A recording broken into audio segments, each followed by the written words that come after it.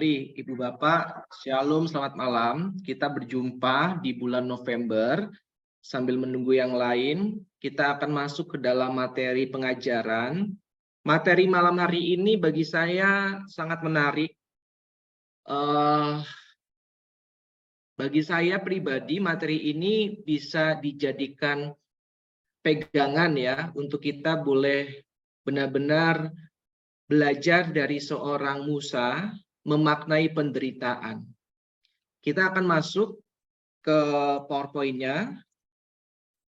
Oke, Ibu Bapak, malam hari ini kita banyak fokus pada kitab Keluaran ya, karena kalau kita berbicara mengenai kisah Musa itu banyak dijelaskan dalam kitab Keluaran. Kita akan mulai dari yang pertama. Kitab Keluaran atau dalam bahasa Inggris kita tahu Exodus ya, disebut dalam bahasa Ibrani itu buku Shemot. Ya, buku Shemot yang berarti buku tentang nama-nama. Karena dimulai dengan menyebut anak-anak Yakub.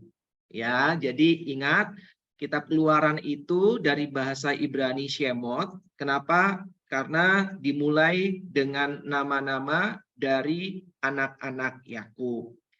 Nah, kemudian kalau kita perhatikan Keluaran bab 1, kita buka bersama-sama, Keluaran bab 1 ayat 8 sampai dengan 14. Saya akan menunjukkan sesuatu yang berbeda malam hari ini mengenai kisah Musa ini, ya. Keluaran bab 1 ayat 18 sampai dengan ayat 8 sampai dengan 14. Kemudian bangkitlah seorang raja baru memerintah tanah Mesir yang tidak mengenal Yusuf. Ya, ayat ke-8 ya. Kemudian berkatalah raja itu kepada rakyatnya, bangsa Israel itu sangat banyak dan lebih besar jumlahnya daripada kita. Marilah, nah ini, kita bertindak dengan bijaksana terhadap mereka, supaya mereka jangan bertambah banyak lagi, dan jika terjadi peperangan, jangan bersekutu nanti dengan musuh kita dan memerangi kita, lalu pergi dari negeri ini. Sebab itu pengawas-pengawas Rodi ditempatkan atas mereka untuk menindas mereka dengan kerja paksa. Mereka harus mendirikan bagi Firaun kota-kota perbekalan, yakni Piton dan Raamses. Tetapi makin ditindas, makin bertambah banyak dan berkembang mereka, sehingga orang merasa takut kepada orang Israel itu. Lalu, dengan kejam orang Mesir memaksa orang Israel bekerja dan memahitkan hidup mereka dengan pekerjaan yang berat, yaitu mengerjakan tanah liat dan batu bata dan berbagai-bagai pekerjaan di padang. Ya, segala pekerjaan yang dengan kejam dipaksakan orang Mesir kepada mereka itu. Nah, Ibu Bapak perhatikan, kita mulai dari ayat yang ke-8. Kemudian bangkitlah seorang raja baru memerintah tanah Mesir yang tidak mengenal Yusuf. Jadi ada seorang raja baru yang tidak mengenal Yusuf. Padahal sebelumnya Yusuf itu merupakan Perdana Menteri Mesir, orang kepercayaan Raja Firaun sebelumnya. Tetapi ternyata dipilihlah seorang raja untuk menggantikan raja sebelumnya yang tidak mengenal Yusuf. Ayat yang ke-10. Marilah kita bertindak dengan bijaksana terhadap mereka. Nah, ini sesuatu yang berbeda. Cara Firaun, ia membuat bangsa Israel menjalani kerja paksa itu sangatlah halus. Jadi caranya itu sangat halus. Ya, membuat bangsa Israel kerja paksa. Apa katanya? Firaun berkata, marilah kita bertindak dengan bijaksana. Ingat, bertindak dengan bijaksana terhadap mereka. Nah, mungkin kita pernah mendengar kalimat seperti ini. Sangat baik jika kita rajin bekerja, dapat uang banyak, berprestasi di sekolah, maka cari pekerjaan menjadi mudah. Dan kalau nilai IPK-nya besar pada saat kuliah, gaji kita besar sehingga masa depan kita terjamin. Lihat nih, ya. Kalimat-kalimat ini mungkin kita juga pernah mengatakannya kepada anak kita. Kamu belajar harus rajin agar mendapatkan nilai yang bagus. Nanti kalau melamar pekerjaan gampang untuk diterima. Nah, tentu kalimat-kalimat ini tidak salah Ibu Bapak. Tetapi perhatikan. Kalau fokusnya adalah seperti tadi yang sering kali kita dengar atau mungkin kita pernah katakan, jika demikian yang terjadi, maka semakin hari kita semakin tenggelam dalam rutinitas mencari uang. Perhatikan. Ya, atau mengejar prestasi. Sampai-sampai tidak ada waktu yang tersisa untuk hidup dan berdoa. Uang banyak, uang berlimpah, tetapi tidak punya waktu untuk keluarga. Tidak punya waktu untuk Tuhan. Sehingga akhirnya lupa kepada Tuhan. Firaun memang tidak memaksa, tetapi kita seringkali terperangkap dengan ajakan Firaun yang seperti ini, yang menurutnya baik dan bijaksana. Maka hati-hatilah mengatakan kalimat-kalimat ini. Tampaknya baik, tampaknya bijaksana. Tapi kalau tidak berhati-hati, maka banyak yang menjadi korban seperti orang-orang Israel, kerja paksa. Nah, ya, tanpa disadari menghabiskan begitu banyak waktu untuk mengejar uang, untuk mengejar prestasi, mendapatkan pengakuan di dunia. Itu tujuannya. Ya. Tetapi malam hari ini kita belajar agar kita semakin peka, berlaku benar-benar bijaksana, bukan bijaksana versi Firaun, tetapi bijaksana versi Tuhan. Ya, lihat Firaun dengan sangat halus, Ya, dikatakan tadi apa? Marilah kita bertindak dengan bijaksana. Tetapi dengan cara meminta orang Israel untuk kerja paksa. Ya, sama seperti kita. Kamu kalau mau sukses harus kerja keras. Nah, hati-hati kalimat-kalimat seperti ini. Ya, tidak salah. Tetapi kalau fokusnya pada kerja, maka kita juga sama seperti bangsa Israel, kita diperbudak oleh pekerjaan. Jelas ya Ibu Bapak ya? Sehingga kita lupa waktu untuk keluarga, terlebih untuk Tuhan. Ya, maka kalimat-kalimat seperti itu belum titik Ibu Bapak, masih koma. Tetapi tetap Tuhan nomor satu. Nah, ya, kerja keras bagus. Mengejar prestasi nggak salah, tapi masih koma. Tapi ingat ya, anakku, tetap Tuhan nomor satu. Nah, jadi kerja keras silahkan. Cuman jangan lupa untuk berdoa. Amin ya Ibu Bapak ya. Jadi masuknya halus, bijaksana. Ya. Tetapi kalau nggak hati-hati, maka kita bisa terperangkap. Itu yang mau disampaikan dalam kisah ini. Ya. Kemudian yang berikutnya. Sekarang Ibu Bapak kita lihat Keluaran bab 2. Nah,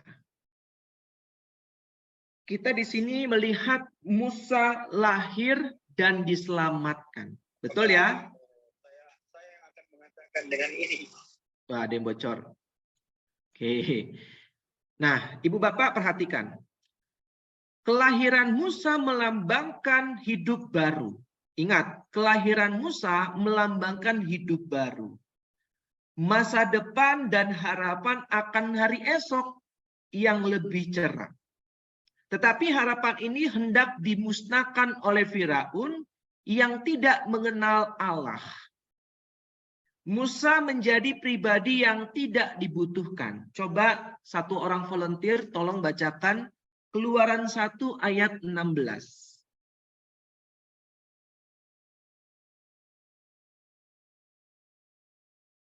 Silakan. Adapun Imam di Midian itu mempunyai 7 anak perempuan. Ibu Eni, maaf, Keluaran 1 ayat 16. Oh, Keluaran 1. Silakan. Apabila kamu menolong perempuan Ibrani pada waktu bersalin, kamu harus memperhatikan waktu anak itu lahir. Jika anak laki-laki, kamu harus membunuhnya. Tetapi jika anak perempuan, bolehlah ia hidup.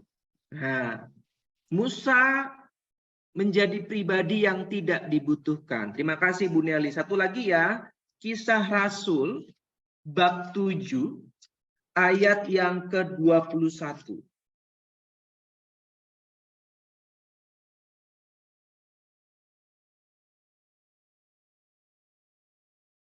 (20) dulu boleh, 20 dan 21. Silakan.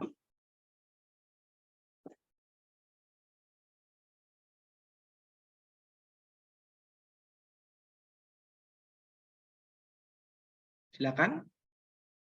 Kisah Rasul 7 ayat 20 dan 21. Pada waktu itu, Musa lahir dan ia elok di mata Allah.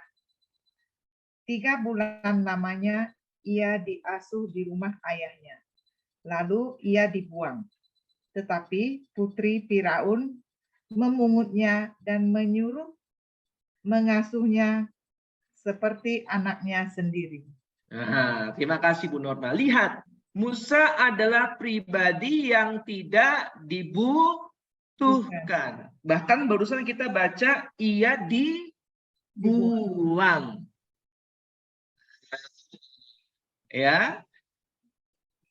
Ia harus dibunuh atas perintah Firaun. Ia dianggap sebagai ancaman.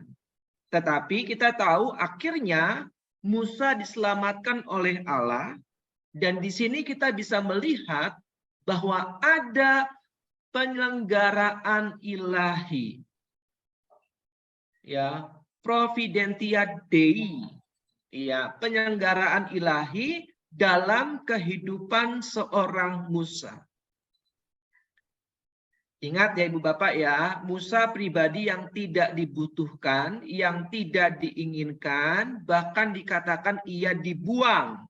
Tetapi Allah menyelamatkannya karena kita tahu Allah akan menggunakan Musa sebagai alatnya untuk membebaskan bangsa Israel.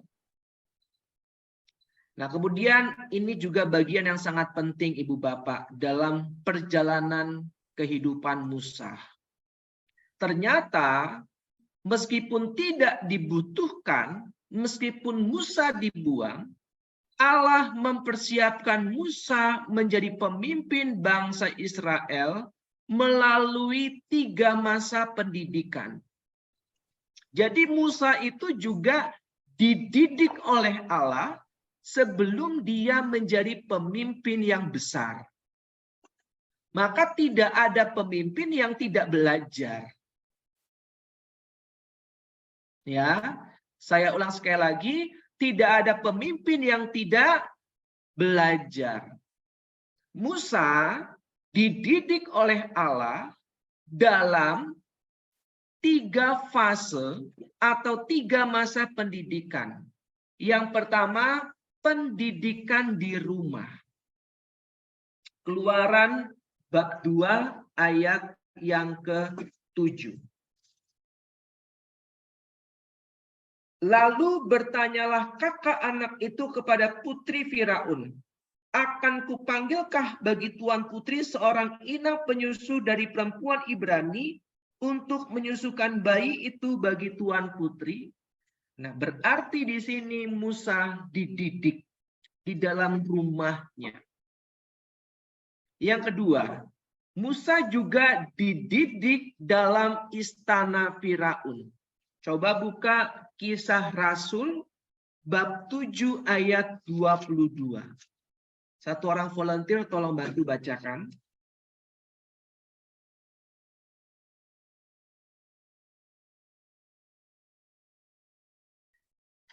Bab 7 ayat 22 ya Kak Pindas. Dan Musa dididik dalam segala hikmat orang Mesir, dan ia berkuasa dalam perkataan dan perbuatannya. Amin. Terima kasih Bu Norma. Ini fase yang kedua. Yang pertama dididik di rumah. Yang kedua dididik di istana. Dikatakan Musa dididik dalam segala hikmat orang Mesir.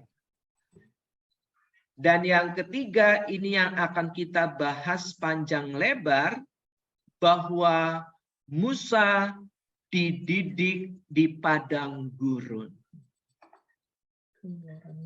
Ya, nanti kita akan bahas panjang lebar poin yang ketiga ini. Lalu pertanyaan reflektifnya, apa pesan dari kisah ini bagi kita? Nah, silakan diolah Ibu Bapak. Tetapi yang saya dapatkan adalah tidak penting dari mana kita berasal. Ya, mungkin orang tua tidak membutuhkan kita atau tidak menginginkan kita lahir ke dunia. Mungkin kita seringkali ditolak di dalam keluarga, atau mungkin dalam pergaulan kita sering dibully, sering diejek, sering dihina. Dan kita merasa tertolak oleh lingkungan, masyarakat, dan keadaan.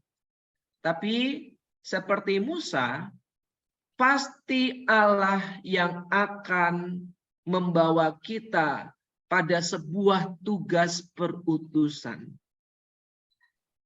Ya, dan dalam tugas perutusan itu, saya percaya banget Ibu Bapak, sebelum kita diutus, seperti Musa diutus, sebelumnya diberikan bekal pendidikan oleh Allah. Ini penting Ibu Bapak. Ya, makanya sekolah yang mahal itu adalah sekolah kehidupan. Karena gurunya itu Allah langsung.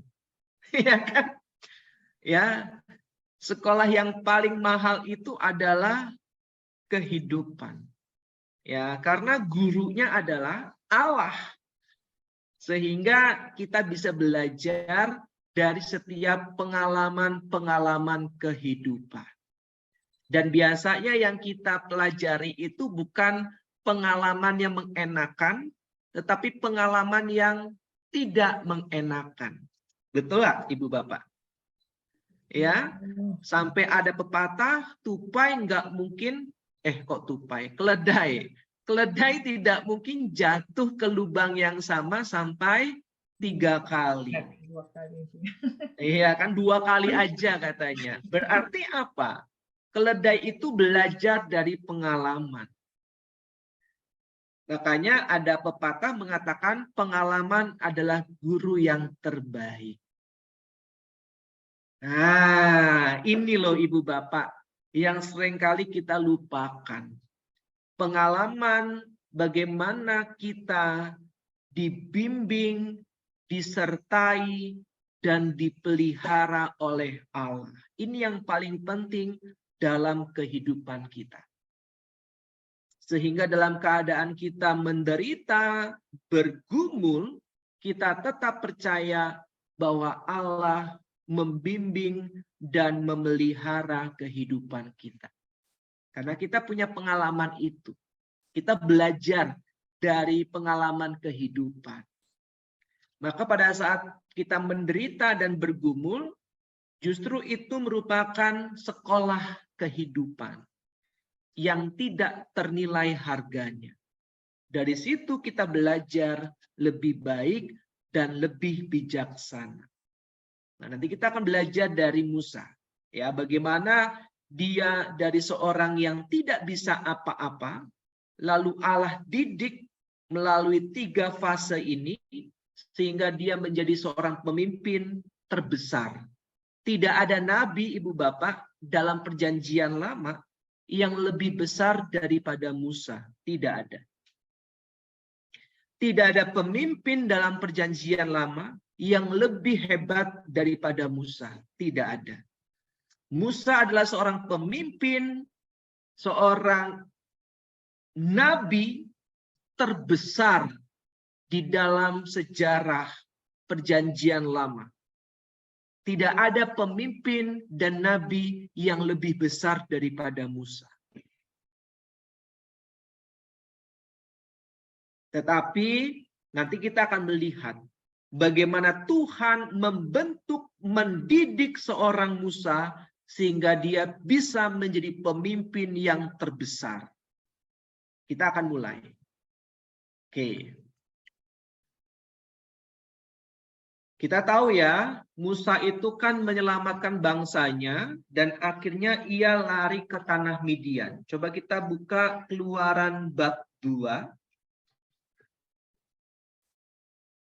Ayat yang ke-11 sampai dengan 22. Ya. Nah, kalau kita baca Ibu Bapak, ayat 11 dan 12, satu orang volunteer coba tolong bantu bacakan.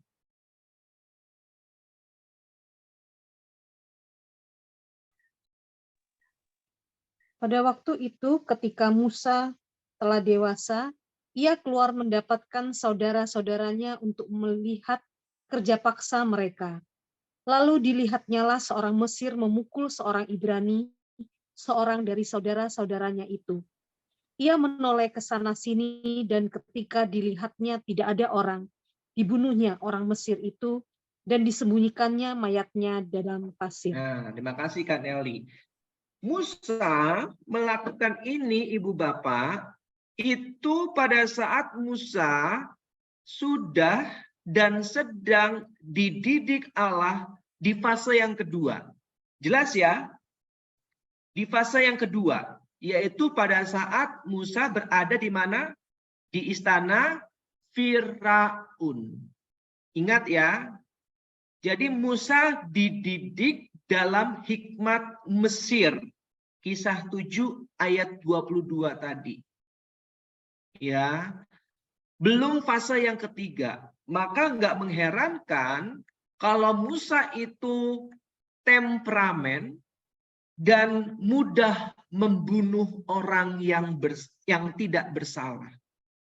Jadi pada saat itu Musa melihat bangsanya suruh bekerja paksa, tetapi Musa langsung membunuh mereka tanpa bertanya kenapa, tanpa berkomunikasi dulu, ya, tetapi langsung main bunuh.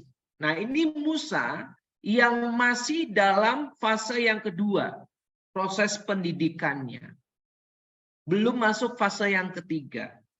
Ini juga ada pesannya Ibu Bapak. Nah, perhatikan. Pesannya adalah Musa yang ingin menjadi hakim, yang dapat bertindak adil. Ingat, tadi Musa dididik dalam hikmat orang Mesir. Nah, ya. Jadi dia membunuh orang yang menganiaya bangsanya sendiri dengan hikmat yang ia pelajari dari orang Mesir. Perhatikan ini. Ya, maka Musa itu ingin menjadi hakim yang dapat bertindak adil. Kenapa? Karena dia merasa membela orang yang lemah. Orang yang ditindas. Jadi dia ingin menjadi hakim yang bertindak adil. Tetapi masalahnya adalah Musa lupa untuk menyertai Allah dalam keputusannya. Allah belum memanggil Musa untuk menyelamatkan bangsanya. Belum loh. Ya kan? Tetapi Musa mendahuluinya dan bertindak atas kemauannya sendiri. Musa bertindak bukan karena panggilan Allah, melainkan terdorong oleh nafsu dan emosi. Musa hanya mengandalkan kekuatannya sendiri, hikmatnya sendiri yang ia dapatkan pada saat pendidikan di istana Fir'aun. Dia tampak gagal total dalam menjalankan perannya. Sehingga apa? Dia takut dan lari. Maka pesan yang dapat kita petik dari kisah ini, Ibu Bapak, nah ini penting. Dari kisah ini kita belajar bahwa jika belum dipanggil atau ditugaskan oleh Allah, maka kita akan gagal total. Ya. Kalau memang Allah belum panggil, Allah belum tugaskan, kita jangan berinisiatif dulu. Kenapa? Karena pasti kita akan gagal total. Ya, pengalaman Musa ini harus kita jadikan pelajaran. Allah itu belum meminta Musa untuk menjadi pembela bagi bangsa Israel. Belum ada panggilan, belum ada tugas. Tetapi ternyata Musa mendahului Allah. Maka yang terjadi, akhirnya dia takut dan lari. Nah, ini pesan yang sangat penting untuk kita tentunya, Ibu Bapak. Bahwa kalau memang Allah belum mengutus, Allah belum memanggil kita, sebaiknya kita sabar. Jangan terburu-buru. Ya, karena kalau terburu-buru, akibatnya bisa fatal. Ya, gagal total. Ya, pada saatnya Allah akan memanggil Musa untuk membebaskan bangsanya. Karena memang akan ada waktunya masing-masing kita dipanggil menurut perannya masing-masing. Ya, tadi saya ngobrol sebentar dengan Bu Lita, ya sambil menunggu Ibu Bapak untuk datang gitu kan. Beberapa dari teman-teman kami ini sangat khas tugas panggilan perutusannya. Ada yang ngajar untuk calon worship leader, ya. Ada yang ngajar untuk CAP atau SEP, sekolah evangelisasi pribadi. Bu Norma tanya ke saya, Kak Vindes ngajar CAP enggak? Enggak, karena memang bukan panggilan saya, ya kan? Tetapi panggilan saya adalah saya mengajar kitab suci dan mengajar calon-calon pewarta. Itu panggilan saya. Jadi kalau misalkan Allah sudah memanggil, maka tidak ada satu orang pun yang dapat menghalanginya. Tapi kalau belum dipanggil, jangan mendahului Allah. Karena pasti akan gagal total. Nah, seringkali kita itu nggak sabar. Ya, kita tergesa-gesa, terburu-buru. Nggak sabar dengan proses. TC Pewarta 6 bulan, 1 tahun. Udah, jangan lama-lama. 1 bulan aja. Nah, ini repot. Ya. Sehingga pada saat nanti lulus, kualitas pewartanya ternyata mengecewakan. Nah, ini menjadi perhatian kita bersama tentunya. Bahwa good things take time katanya. Hal-hal yang baik itu membutuhkan waktu. Ya, Bu Lita posting tadi di grup buah durian. Nah, buah durian itu akan menjadi enak kalau memang matangnya alami daripada matang yang dibuat-buat. Betul nggak Ibu Bapak? Ya, manisnya beda. Matang yang alami dengan matang yang dibuat-buat. Dengan kemajuan teknologi itu pasti beda. Nah, kita juga sebagai pelayan harus sabar terhadap proses. Nggak bisa yang namanya percepatan itu. Ya, karena yang mau kita wartakan adalah firman. Dan firman itu yang sangat powerful adalah yang berangkat dari pengalaman kehidupan. Amin ya Ibu Bapak ya. Maka pentingnya kita setia terhadap proses itu. Seperti panggilan Musa ini, Musa terlalu terburu-buru. Tidak bisa mengontrol amarahnya. Tidak bisa mengontrol emosinya. Dia merasa harus membela bangsanya yang lemah yang ditindas. Tapi lupa untuk bertanya kepada Allah. Nah, maka jika Allah sudah memanggil, Allah pula yang akan menyertai sehingga seberat apapun rintangan yang ada, rintangan itu pasti akan dapat dihadapi. Amin Ibu Bapak. Apapun panggilan kita, kalau Tuhan sudah memanggil, Tuhan akan menyertai. Seberat apapun tugas panggilan itu, maka pasti akan bisa kita hadapi bersama Tuhan. Ya, kalau tugasnya itu sulit, kita merasa tidak mampu, tetapi nanti kita akan melihat tangan Tuhan bekerja. Tetapi kalau itu bukan panggilan kita, segampang apapun, kita menjalaninya akan penuh dengan godaan, tantangan, dan rintangan. Padahal gampang. Tapi kalau memang bukan panggilan dari Tuhan, maka menjalankannya sangat sulit dan sangat capek. Ya.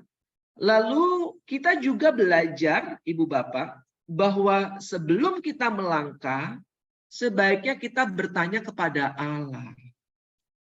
Tuhan, benar nggak nih panggilanku adalah menjadi worship leader? Tuhan, benar nggak nih panggilanku adalah pendoa syafaat?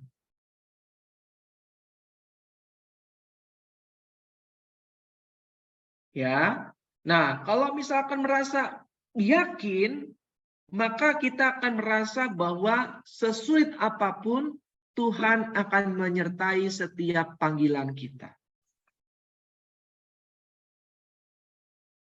Amin ya Ibu Bapak ya. Nah, maka ada 3 kriteria panggilan itu sungguh-sungguh berasal dari Allah. Ya, jadi ini 3 parameternya Ibu Bapak. Yang pertama, ada damai dan sukacita enggak pada saat kita menjalankannya? Kalau jalaninya penuh dengan ocehan, ngomel mulu, ngeluh mulu. Nah, itu udah jelas bukan panggilan dari Allah. Ya. Ya, karena tidak mendatangkan damai dan sukacita. Lalu kita menghasilkan buah enggak? Ya, buah itu ada 2, buah pelayanan dan buah karakter. Ya, kemarin Romo Effendi bilang ya di grup para mitra itu, beberapa teman-teman itu sudah mulai berani mewartakan, menjadi pewarta, bahkan di beberapa kali kesempatan ikut lomba kitab suci, ada yang juara 1, ada yang juara 2. Ya, lalu Romo Effendi meneguhkan buah-buah dari SOG mulai kelihatan katanya. Nah, itu buah pelayanan. Ya. Tetapi ada 1 buah lagi yang lebih penting, yaitu buah karakter. Nah, pada saat kita menjadi pewarta, menjadi worship leader, menjadi pendoa syafaat, Kita lebih penuh kasih nggak? Kita lebih sabar nggak? Kita lebih dapat mengendalikan diri nggak? Nah, itu buah karakter. Ya. Oke, yang ketiga parameternya adalah orang lain meneguhkan atau konfirmasi. Bu Norma ini semenjak jadi pewarta, lebih sabar kelihatannya. Dulu kayaknya meledak-ledak tuh, tapi sekarang lebih sabar. Lebih bisa mengontrol omongan, misalkan. Nah, berarti orang lain konfirmasi, meneguhkan. Vindes ini semenjak jadi pewarta gampang marah, gampang menghakimi. Pewartaan isinya kok menghakimi, ngomongin orang. Nah, ya, nah itu hati-hati tuh kalau kayak gitu ya. Bener nggak nih panggilanku jadi pewarta? Jangan-jangan ambisiku pribadi, ya. Nah maka semua itu akan teruji oleh waktu, ya, akan teruji oleh waktu. Kalau memang panggilannya pewarta, ya akan lama. Tapi kalau panggilannya bukan pewarta, masuk buku pewarta, kalau di Jakarta itu kan ada buku pewarta ya Ibu Bapak ya. Cuma 1 periode aja. Kenapa? Karena nggak ada yang manggil.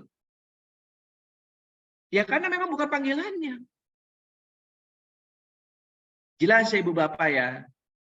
Jadi ingat bahwa panggilan itu adalah hak Allah. Kalau memang belum waktunya, kita harus sabar sambil menunggu dan juga bertanya kepada Allah. Tuhan, apakah worship leader adalah panggilanku? Apakah pendoa syafaat adalah panggilanku? Apakah pewarta dan pengajar adalah panggilanku? Nah, ya. Saya kemarin diminta oleh lingkungan, kan saya baru pindah di Parung Panjang, saya langsung diminta jadi prodiakon. Ya. Lalu ketua lingkungan saya tanya, gimana Pak Vindes? Ya terserah Tuhan aja lah Bu. Ya kan, kalau misalkan memang panggilannya, ya saya bisa apa? Ya. Kalau memang panggilannya saya jadi prodiakon, ya saya bisa apa? Ya kan, suka-sukanya Tuhan lah. Ya, saya nggak bisa lari. Tetapi kalau panggilannya bukan, ya sebesar apapun usaha saya nggak akan jadi prodiakon. Sesederhana itu kok. Ya, maka saya cukup heran dengan orang-orang yang punya ambisi besar menjadi sesuatu dalam pelayanan. Nah, itu tanda tanya besar tuh, motivasinya apa? Ya. Oke, berikutnya. Lalu yang menarik Ibu Bapak, kita lihat yuk di ayat yang ke-15. Ya, satu orang volunteer tolong bantu bacakan Keluaran 2 ayat 15 sampai dengan 22. Silakan.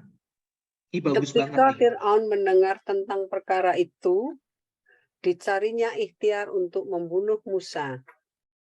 Tetapi Musa melarikan diri dari hadapan Fir'aun dan tiba di tanah Midian.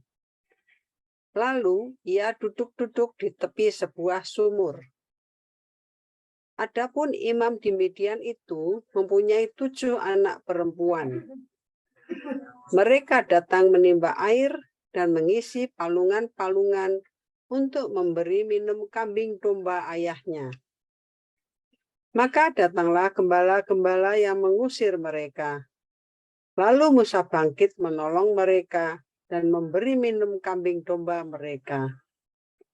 Ketika mereka sampai kepada Reuel, ayah mereka, berkatalah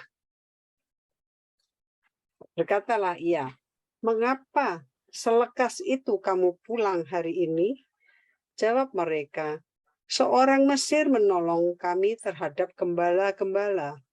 Bahkan ia menimba air banyak-banyak untuk kami dan memberi minum kambing domba." Ia berkata kepada anak-anaknya, Di manakah ia? Mengapakah kamu tinggalkan orang itu? Panggillah dia makan. Musa bersedia tinggal di rumah itu. Kepada Musa, perempuan itu Musa bersedia tinggal di rumah itu. Lalu diberikan Rehuelah Sipora, anaknya, kepada Musa. Perempuan itu melahirkan seorang anak laki-laki. Maka Musa menamainya Gersom.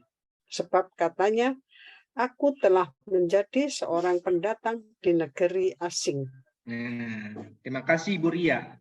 Dan Terima ternyata setelah Musa membunuh 2 orang dari prajuritnya Firaun, Musa lari ke tanah Midian, ke padang gurun, ke tempat yang sunyi. Nah, pertanyaannya, mengapa ia lari ke sana? Jawabannya karena di padang gurun, di tempat yang sunyi sepi, Musa dapat bertemu dengan Allah. Nah ini, ya, Musa harus menemukan makna dan tujuan hidup yang sebenarnya. Musa harus mencari seorang pemimpin dalam hidupnya, dan akhirnya ia menyadari bahwa Allah lah yang memimpin hidupnya. Jadi Musa itu dalam keadaan takut, dalam keadaan yang kalut, ia lari ke padang gurun. Dan di padang gurun, tempat yang sunyi dan sepi inilah Musa dapat bertemu dengan Allah. Ingat tadi di awal ya Ibu Bapak ya, bahwa Firaun itu berlaku bijaksana. Nah, kata-kata bijaksana ini hati-hati. Karena ternyata seringkali diputarbalikkan. Ya, dengan kata bijaksana ini, Firaun meminta agar bangsa Israel kerja paksa. Sama seperti kita pada umumnya, kita mengatakan bahwa kita harus kerja keras, kita harus berprestasi, agar nanti melamar kerjaan enak, diterima perusahaan gampang, kemudian nanti bisa mendapatkan gaji yang besar, kemudian nanti juga bisa dibilang gampang naik pangkat dalam karir, dan sebagainya. Nah itu tampak bijaksana, tampak baik. Tapi kalau tidak hati-hati, maka kita tenggelam dalam rutinitas pekerjaan, sehingga kita menjadi meninggalkan Tuhan. Perhatikan. Ya, ternyata godaan itu bisa berupa kesibukan dalam bekerja dan belajar. Hati-hati. Ya, iblis itu bapa dari segala pendusta. Dia sangat cerdik. Dia bisa masuk di dalam pekerjaan, di dalam pelayanan kita. Sehingga kita terlalu sibuk dengan pekerjaan dan pelayanan sampai lupa dengan Tuhan. Ya, kita sibuk dengan acara sampai lupa esensi dari acara. Ya, makanya kan ada istilah mesbah dan apa? Ada yang tahu nggak? Mesbah dan nggak ada yang tahu ya. Kalau orang-orang itu kan fokusnya pada apa? Orang-orang itu fokusnya pada khotbah. Khotbah. Tapi lupa pada Mesbah. mesbah. Ini Buria tahu ya. Kira-kira. Ya. Oh ya, kira-kira bagus. Betul. Jadi Bu Bapak perhatikan nih ya, bahwa jangan lupa panggilan kita adalah mesbah. Menyembah Tuhan, memuji Tuhan. Ya, bukan sekedar mendengarkan khotbah yang bagus, itu penting ya, bukan berarti itu nggak penting. Tetapi harap diingat, panggilan utama kita adalah mesbah, memberikan yang terbaik untuk Tuhan dengan cara menyembah, memuji, dan memuliakan Tuhan. Itulah mesbah. Ya. Oke, berikutnya ya. Jadi panggilan Musa jelas ya, setelah Musa terlalu sibuk dengan kegiatannya di istana sampai akhirnya Tuhan membawa dia ke padang gurun. Ya, maka di padang gurun inilah sekolah kehidupan Musa yang ketiga. Ingat ya, fase yang pertama tadi di mana? Di rumah. Fase yang kedua di istana Firaun. Nah, ini fase yang ketiga. Fase yang terpenting, yaitu di padang gurun. Nah, disinilah Musa benar-benar dididik oleh Allah. Oleh yang pertama tadi oleh keluarganya kan. Yang kedua oleh hikmat orang Mesir. Nah, yang ketiga oleh Allah sendiri, yaitu pengalaman kehidupan. Ya, kita akan mulai ya Ibu Bapak ya. Oke.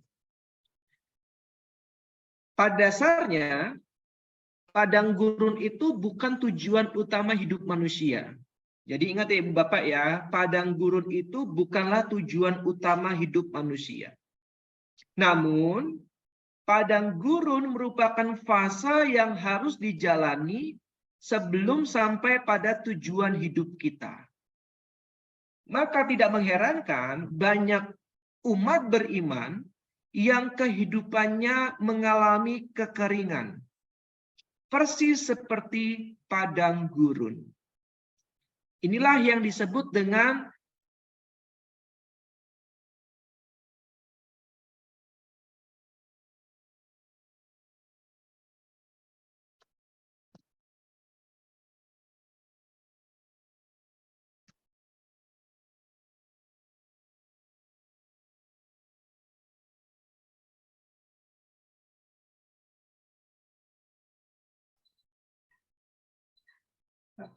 Miss.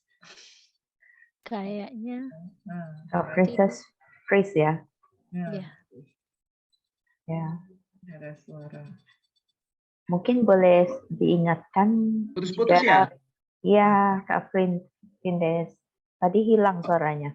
Oke, sampai mana tadi Bu Lita? Sampai ini Pak. Padang gurun. Fase padang yang gurun, harus ya. harus Fase dijalani. ketiga.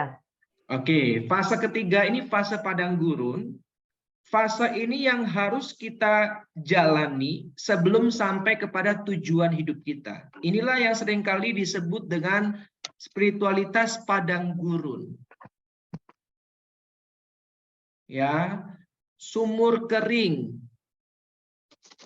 Karena memang ini fase yang harus kita alami dan lalui. Maka kalau Ibu Bapak pernah mengalami masa-masa kegelapan, bahkan sampai di titik tidak merasakan Allah, pada saat berdoa, pada saat ekaristi, semua itu terasa hampa dan hambar. Itu perasaan-perasaan yang sangat tidak enak. Ya, rasa sakit itu lebih enak daripada nggak ada rasa. Ya, rasa kecewa itu lebih enak daripada hambar. Karena masih ada sesuatu yang kita rasakan.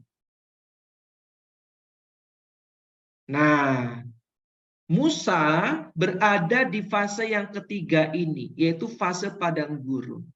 Di mana di dalam fase ini, tempat di mana kita belajar, merenungkan, dan menemukan kehidupan rohani. Ini fase yang mau tidak mau, suka tidak suka, harus kita alami dan lalui. Karena di fase ini kita belajar, sungguh-sungguh belajar untuk merenungkan dan menemukan kehidupan rohani.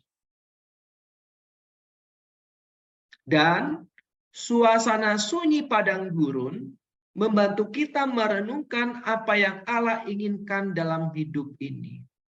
Maka kita mengenal istilah retret. Ya kan? Kita menyendiri. Ya. Kita berbalik dari rutinitas kita setiap hari. Nah, itu fungsi dari retret seperti itu. Kita berjumpa dengan Allah di dalam keheningan dan kesunyian. Karena mungkin selama ini kita terlalu sibuk dengan pekerjaan. Ya, makanya pentingnya retret tahunan. Ya, karena mengajak kita untuk mengevaluasi kehidupan kita selama setahun. Apalagi kalau misalkan retretnya di Pontianak bersama-sama dengan teman SOG atau AOG ya Bu Lita, Bu Neri.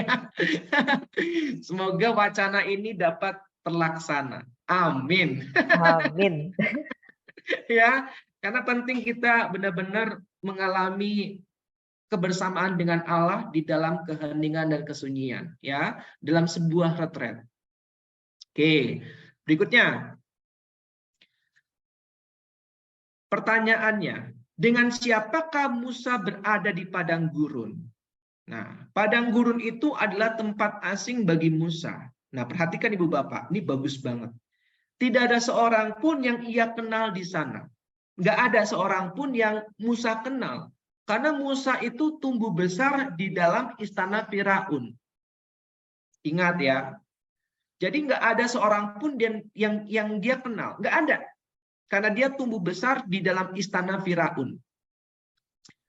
Dan pada saat itu ia duduk di tepi sebuah sumur yang barusan kita dengar ya. Dan di sumur pasti banyak orang yang mengambil air. Ternyata di sana dia berjumpa dengan Zipora yang akan menjadi istrinya. Zipora itu artinya burung kecil, Ibu Bapak. Kenapa? Karena ternyata burung itu merupakan lambang yang mempersatukan langit dan bumi. Jadi Allah itu menyiapkan seorang perempuan yang akan menjadi penolong bagi Musa di dalam fase yang ketiga ini. Fase yang sangat kritis, berhasil atau tidaknya Musa. Nah, Allah memberikan Zipora, artinya burung kecil, dan burung ini merupakan lambang yang mempersatukan langit dan bumi. Karena kan dia tinggal di bawah langit dan di atas bumi. Nah, ya. Jadi burung ini ya mempersatukan langit itu tempat Allah bertahta. Dan manusia itu kan tinggal di bumi, tempat manusia tinggal. Di tengah-tengahnya ada burung. Jadi Musa sebagai manusia dan Allah yang ada di langit dipersatukan oleh seekor burung kecil, yaitu istrinya Zipora. Menarik ya. Yang menyatukan relasi antara Allah dan manusia. Melalui Zipora, Musa menemukan kembali relasi dengan Allah. Burung kecil itu membawa Musa ke langit, lambang tempat tinggal Allah. Inilah yang disebut dengan penolong yang sepadan. Ya, yang dapat membuat pasangan semakin dekat kepada Allah. Ini kalau wah berkat boleh nih dijadikan salah satu materi ya untuk membawa beberapa umat menyadari tugas panggilannya sebagai seorang istri, sebagai seorang pasangan bagi suaminya. Ya, Zipora. Ya, nama yang bagus ya. Burung kecil sebagai lambang mempersatukan langit dan bumi. Berikutnya. Kemudian mereka mendapat anak yang diberi nama Gersom. Artinya apa? Artinya aku adalah orang asing. Bagi Musa, padang gurun itu bukan merupakan rumahnya. Bukan juga tempat tinggalnya. Karena itu Musa tetap merasa tidak bahagia. ia tetap merasa sebagai orang asing, dan padang gurun bukanlah tujuan hidup manusia.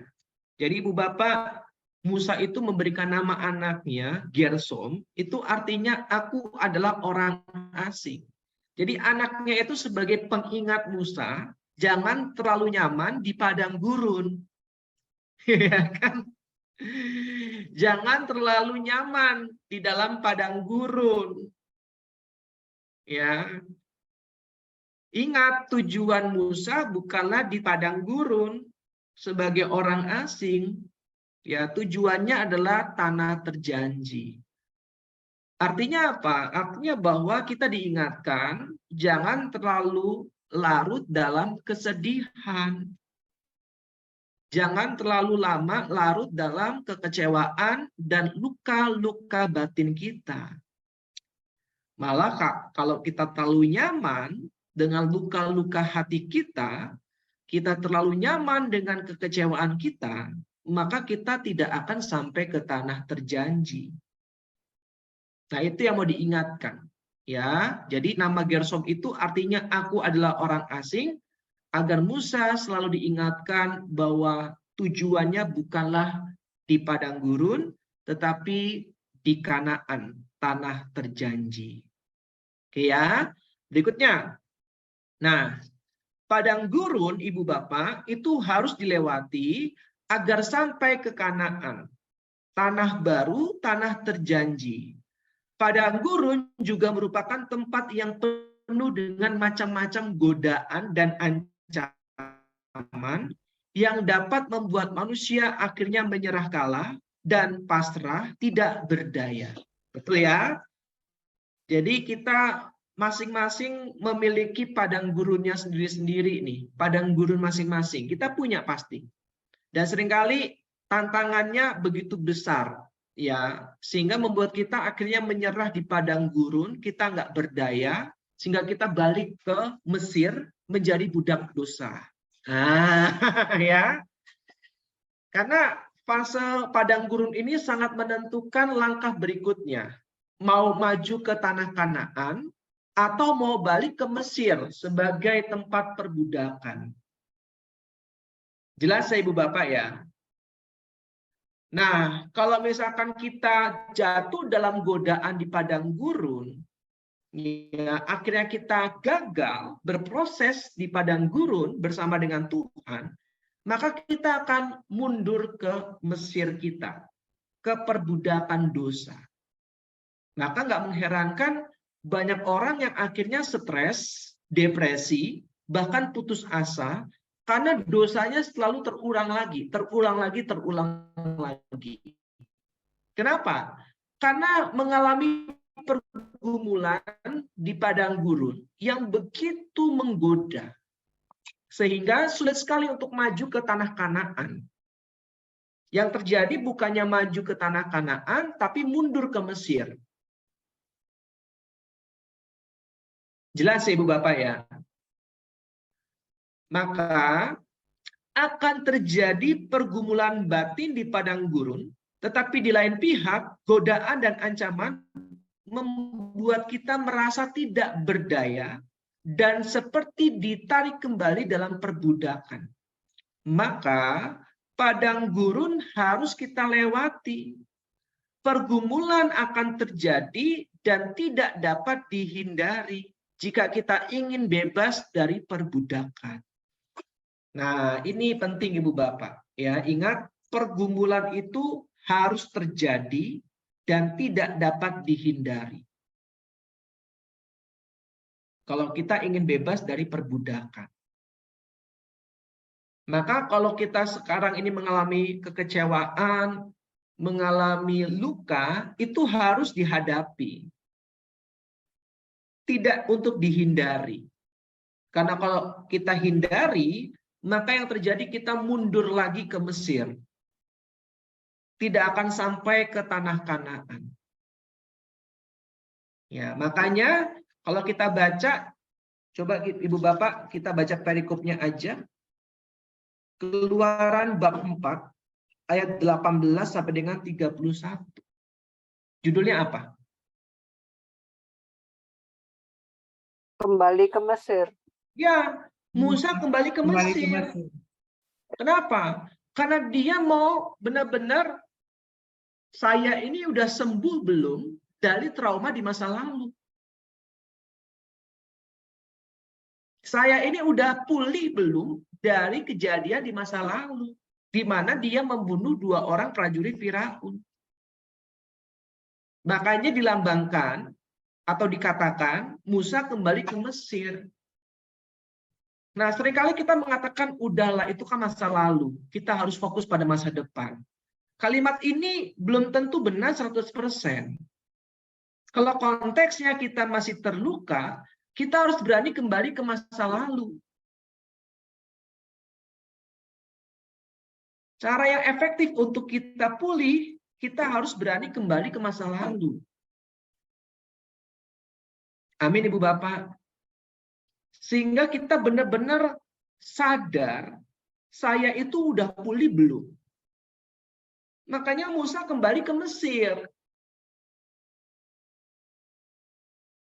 Jelas Ibu Bapak ya, setelah dia bersama-sama dengan Allah di padang gurun, berjumpa dengan Zipora. Sehingga saat itu dia merasa, saya kembali ke Mesir. Dan akhirnya di sana dia mengalami perjumpaan. Dia ingat kembali peristiwa-peristiwa itu, di mana dia merasa bersalah telah membunuh 2 orang prajurit Firaun. Nah, kalau dia sudah berdamai dengan masa lalunya, maka kejadian itu tidak akan berpengaruh terhadap hidupnya. Tapi kalau masih ada rasa bersalah yang begitu besar, penyesalan yang begitu mendalam, nah ini harus dipulihkan. Karena nanti akan menyulitkan langkah untuk masuk ke tanah terjanji. Sampai sini ada pertanyaan Ibu Bapak?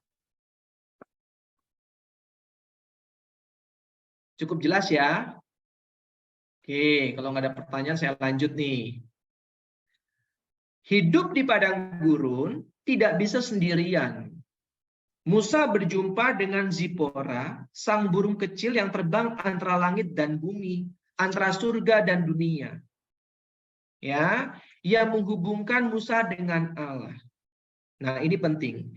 Kita belajar bahwa dalam pergumulan di padang gurun, sebaiknya kita tidak berjalan seorang diri.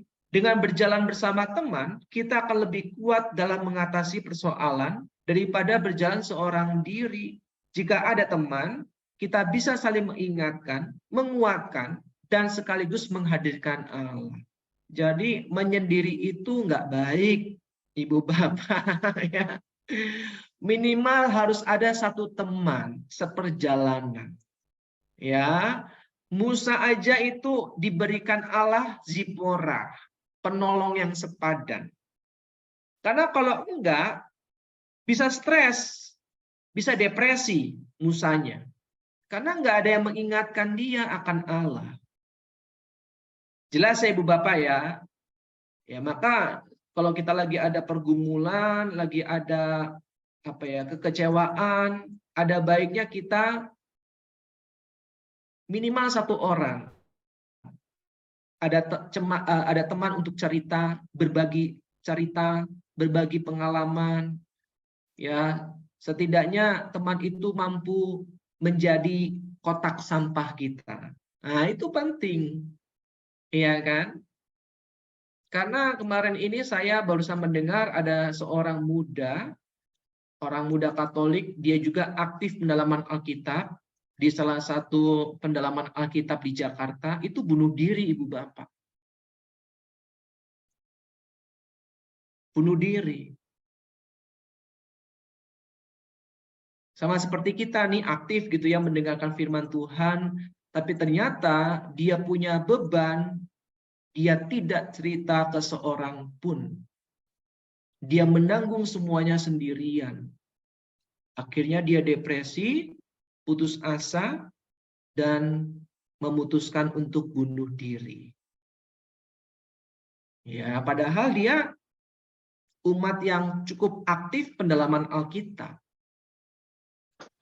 Nah, maka penting untuk kita kalau punya masalah, punya pergumulan, punya kekecewaan, minimal ada satu teman yang bisa kita ajak ngobrol dan diskusi. Amin ya teman-teman ya, Ibu Bapak ya. Karena penting, seringkali kita merasa, nggak asik kalau ngobrol dengan orang lain, biar saya simpan sendiri. Nah, atau nggak mau nanti orang itu tahu masalah saya, pergumulan saya. Nah, ini sebaiknya kita hindari cara berpikir seperti itu. Ya, tetap salah satu kebutuhan manusia adalah butuh didengarkan. Ya. Kemudian yang berikutnya, Ibu Bapak,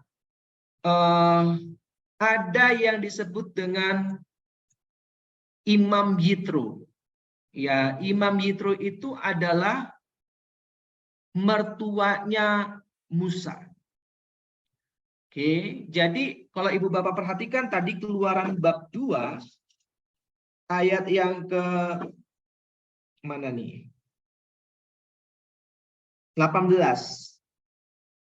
Keluaran bab 2 ayat 18. Ketika mereka sampai kepada Rehuel, ayah mereka, berkatalah ia, "Mengapa selekas itu kamu pulang hari ini?" Nah, ini Rehuel ini bapaknya Zipora, atau biasa yang dikenal dengan Imam Yitro. Ya, jawab mereka, "Seorang Mesir menolong kami terhadap gembala-gembala. Bahkan ia menimba air banyak-banyak untuk kami dan memberi minum kambing domba. Ia berkata kepada anak-anaknya, 'Di manakah ia? Mengapakah kamu tinggalkan orang itu? Panggillah dia makan.'" Nah, artinya apa? Nanti kalau Ibu Bapak baca Keluaran bab 18, coba kita lihat Keluaran bab 18. Ayat 13 sampai dengan 27. Nanti Ibu Bapak baca ya, karena waktu kita terbatas, kita nggak bisa baca sekarang. Tapi nanti Ibu Bapak baca, di mana dalam perikop ini, Musa dibimbing langsung oleh mertuanya. Jadi mentornya Musa itu adalah mertuanya sendiri, yaitu Imam Yitro. Nah, silakan baca ayat 24. Keluaran 18 ayat 24. Silakan satu orang volunteer.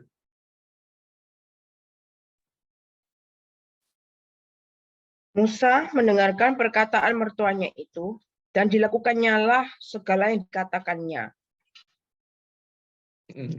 Berarti apa? Musa dibimbing oleh Imam Yitro, mertuanya. Terima kasih Bu Vivi. Nah, inilah yang disebut dengan pembimbing rohani. Jelaskan tadi, Musa mendengarkan perkataan mertuanya itu dan dilakukannya lah segala yang dikatakannya. Berarti apa? Dalam fase yang ketiga ini di padang gurun, kita membutuhkan pembimbing rohani. Nah, ya. Tadi yang pertama apa? Teman seperjalanan. Zipora, burung kecil yang membawa kita bisa lebih dekat kepada Allah. Jadi Zipora kita cari siapa? Nah, ya. Sekarang pakai istilah nih, Zipora. Ya. Teman seperjalanan atau Zipora kita, ya, cari, atau mungkin kita sudah ada. Ya, lalu yang kedua, Yitro kita cari, pembimbing rohani kita. Ya, karena penting di fase yang ketiga ini kita mendapatkan nasihat-nasihat yang bijaksana dari pembimbing rohani, Imam Yitro kita. Lalu yang ketiga, yang dibutuhkan adalah selama di padang gurun, Musa itu pekerjaannya apa, Ibu Bapak? Selama di padang gurun. Menggembala domba Yitro. Mengembalakan domba mertuanya. Imam Yitro, mertuanya. Berarti apa? Allah memberikan domba-domba untuk dipimpin oleh Musa. Artinya apa? Dalam fase yang ketiga ini, di padang gurun, kita dalam kekeringan rohani, Allah tetap memberikan kita kesempatan untuk melayani domba-domba kita. Nah, ya, maka pelayanan itu merupakan salah satu sarana untuk kita bisa melewati fase yang ketiga ini. Jelas ya Ibu Bapak ya? Jadi ada 3 sarana yang Allah berikan agar Musa dapat berproses bersama dengan Allah di padang gurun. Yang pertama Zipora, teman seperjalanan. Yang kedua mertuanya Imam Yitro, pembimbing rohani.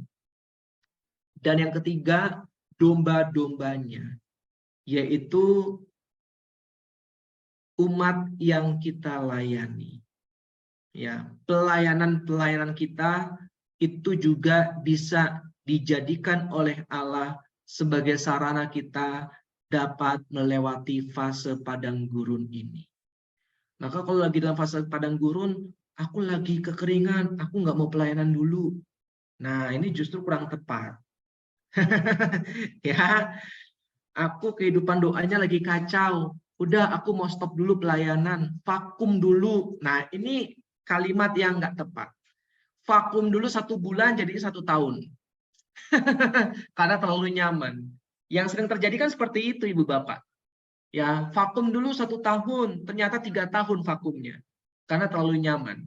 Ya, maka ingat, justru dalam keadaan kita di fase padang gurun ini, kita justru dipanggil Tuhan untuk semakin setia dalam melayani. Amin ya Ibu Bapak ya. Maka ketiga hal ini adalah bantuan dan sarana yang diberikan Allah kepada kita setelah kita menyadari bahwa kita sedang diperbudak. Ya. Jadi kalau nanti kita capek dengan pekerjaan, capek dengan pelayanan, lalu ada teman seperjalanan kita menegur kita, itu teguran dari Allah loh. Ya, misalkan nih, Bu Ria ini terlalu sibuk dengan pekerjaannya. Nah, ada teman yang menegur seperti itu, teman seperjalanan. Lalu Bu Ria mendengarkan itu sebagai suara Tuhan. Nah, penting. Maka kita diingatkan kembali, oh ternyata memang selama ini saya terlalu sibuk dengan pekerjaan. Sampai lupa untuk berdoa. Ingat ya, ada 3 sarana. Tadi apa aja? Zipora, rekan seperjalanan, Imam Yitro, pendamping, ya, pembimbing rohani, dan terakhir domba. Ya, pelayanan kita. Jadi penting kita tetap melayani meskipun mungkin kita sedang dalam kekeringan rohani. Jelas ya Ibu Bapak ya? Karena Tuhan memberikan 3 sarana ini. Zipora, Imam Yitro, dan domba-domba. Oke, maka kita harus masuk dalam pergumulan batin yang tidak menyenangkan, tetapi kita tidak dapat berjalan sendiri. Dalam situasi seperti ini, maka kita akan selalu mendapat bantuan dari Tuhan melalui teman, pembimbing rohani, bahkan sesama yang kita layani. Jelas ya Ibu Bapak ya? Nah, selesai. Tapi saya mau tambahkan dulu. Ibu Bapak coba buka Keluaran bab 4. Ayat 1 sampai dengan 17.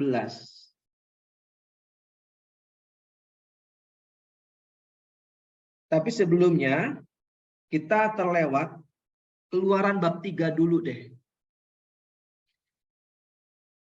Nah, coba baca ayat yang keduanya, silahkan.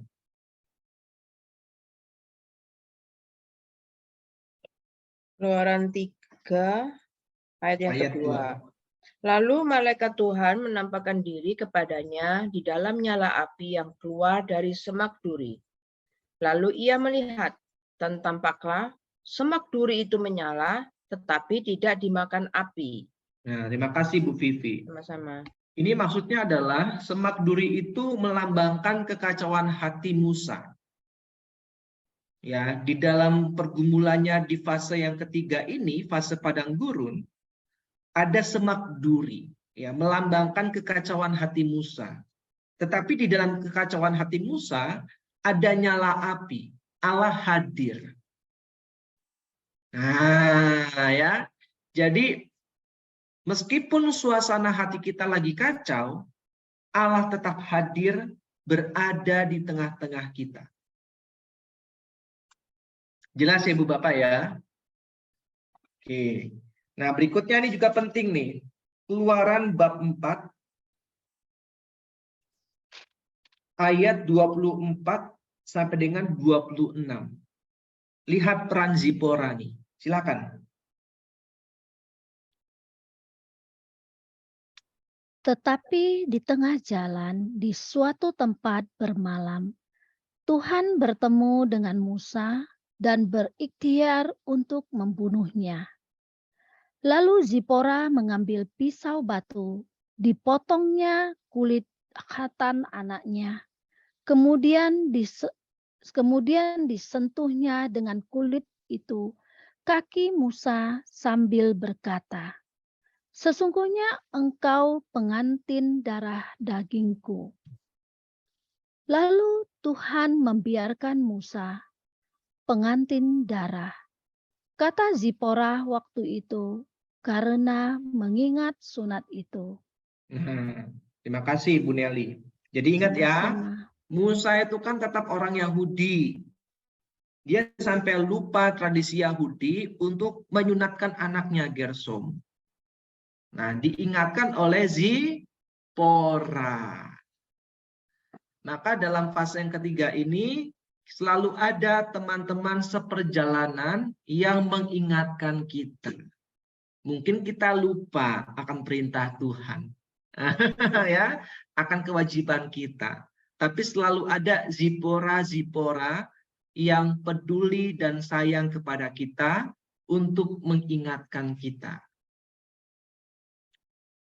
Jelas Ibu Bapak ya? Oke, kemudian ada satu lagi yang penting, Keluaran bab 4 ayat 1 sampai dengan 3. Keluaran bab 4 ayat 1 sampai dengan 3. Silakan. Satu orang volunteer.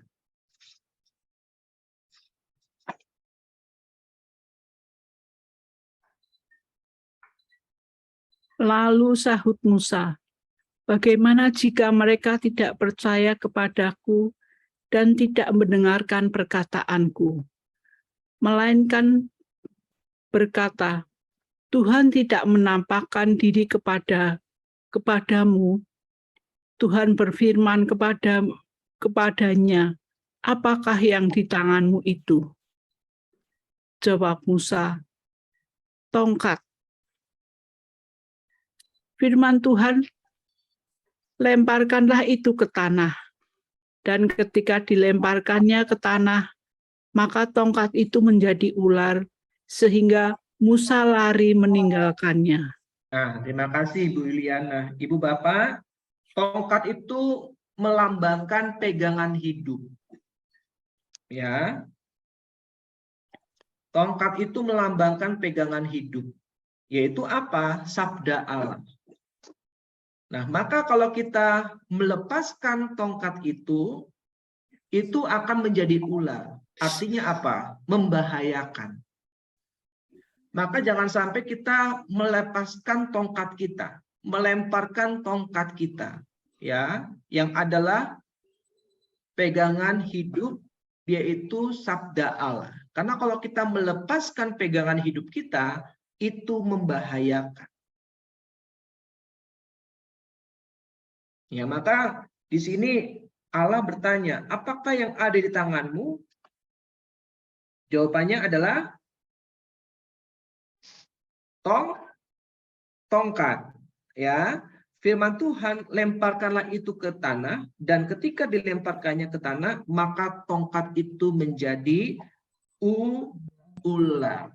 sehingga Musa lari meninggalkannya. Jadi tongkat itu melambangkan pegangan hidup, yaitu sabda Allah, jangan sampai terlepas dari kehidupan kita. Karena kalau terlepas, itu akan berbahaya buat kita. Ya. Oke, lalu yang berikutnya menarik adalah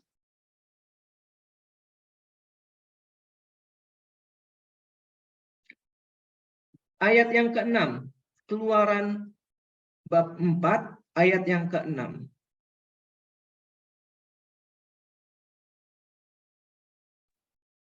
Lagi firman Tuhan kepadanya, masukkanlah tanganmu ke dalam bajumu. Dimasukkannya tangannya ke dalam bajunya. Dan setelah ditariknya keluar, maka tangannya kena kusta, putih seperti salju. Nah, terima kasih Bu Vivi. Nah, Artinya bahwa yang satu tangan memegang sabda Allah, pegangan hidup, ya tadi ya, sedangkan tangan kirinya itu jangan sampai masuk ke dalam kantong saku. Artinya apa? Kita harus terbuka tangan sebelah satunya atau mungkin sebelah kiri untuk pelayanan. Jelas ya Ibu Bapak ya? Jadi tangan kanan kita pegang sabda Allah sebagai pegangan hidup, tangan kirinya ini jangan masuk ke dalam saku celana, ke dalam kantung. Ya, Allah tidak mau itu. Allah ingin agar tangan satunya yang di sebelah kiri itu terbuka untuk melayani sesama.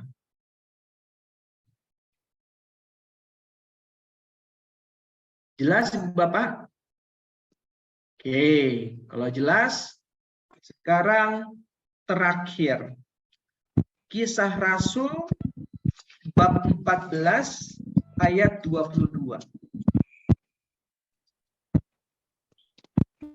Silakan orang volunteer.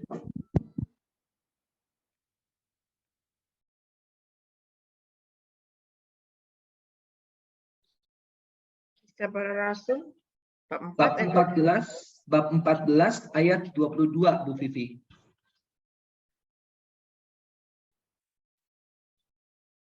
Di tempat itu, mereka menguatkan hati murid-murid itu dan menasihati mereka supaya mereka bertekun di dalam iman dan mengatakan bahwa untuk masuk ke dalam kerajaan Allah, kita harus mengalami banyak sengsara.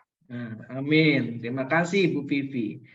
Ini klimaksnya ya Ibu Bapak ya. Ini puncaknya ya. Kalau Musa dan bangsa Israel tujuannya adalah tanah terjanji, yaitu tanah Kanaan. Sedangkan kita tujuannya adalah tanah terjanji, yaitu kerajaan surga. Nah, untuk mencapai ke tanah terjanji, yaitu kerajaan surga, dikatakan kita harus bertekun di dalam iman. Nah, ya, bertekun di dalam iman, dan dikatakan untuk masuk ke dalam kerajaan Allah, kita harus mengalami banyak sengsara. Inilah fase yang ketiga, yaitu fase padang gurun. Yang harus kita lewati meskipun kita sengsara. Tetapi ingat, di dalam fase yang ketiga ini, Allah selalu menyertai kita dengan memberikan 3 sarana. Zipora, Imam Yitro, dan domba-domba. Amin. Nah, pas 8:30. Ada pertanyaan? Silakan. Saya Kak Pindes. Nah, silakan Bu Vivi.